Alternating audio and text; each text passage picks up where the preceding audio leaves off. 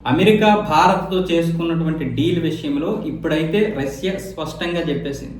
భారతదేశం ఎవరితోటైనా సరే డీల్ చేసుకోవచ్చు, ఏ విధంగానైనా సరే అది వాణిజ్యం చేసుకునేటటువంటి హక్కు వాళ్ళకు ఉంది.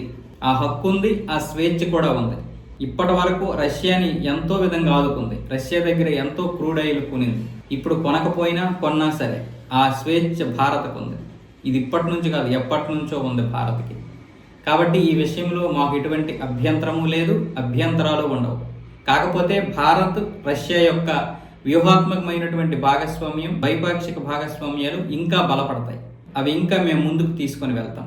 మా వ్యాపార సామ్రాజ్యాన్ని ఇంకా పెంచుకుంటాం, మా వాణిజ్యాన్ని ఇంకా పెంచుకుంటాం. ఇరు దేశాలు కూడా ఇంకా లాభపడతాయి.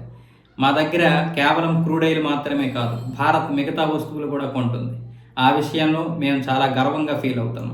భారత్ మమ్మల్ని ఆదుకోవాల్సిన సమయంలో ఆదుకుంది అన్న విధంగా ఇప్పుడు రష్యా అధ్యక్ష భవనమైనటువంటి క్రెమ్లిన్ అయితే ఒక ప్రకటన విడుదల చేసింది. దీని గురించి చాలామంది చాలా రకాలుగా మాట్లాడుకుంటున్నారు. అది అంటున్నారు, ఇది అంటున్నారు, ఓ తెగ. రష్యాను వదిలేసినట్లయినా, రష్యాకి ఏమైనా మనం వెన్నుపోటు పొడిచామంటే ఏమీ లేదు.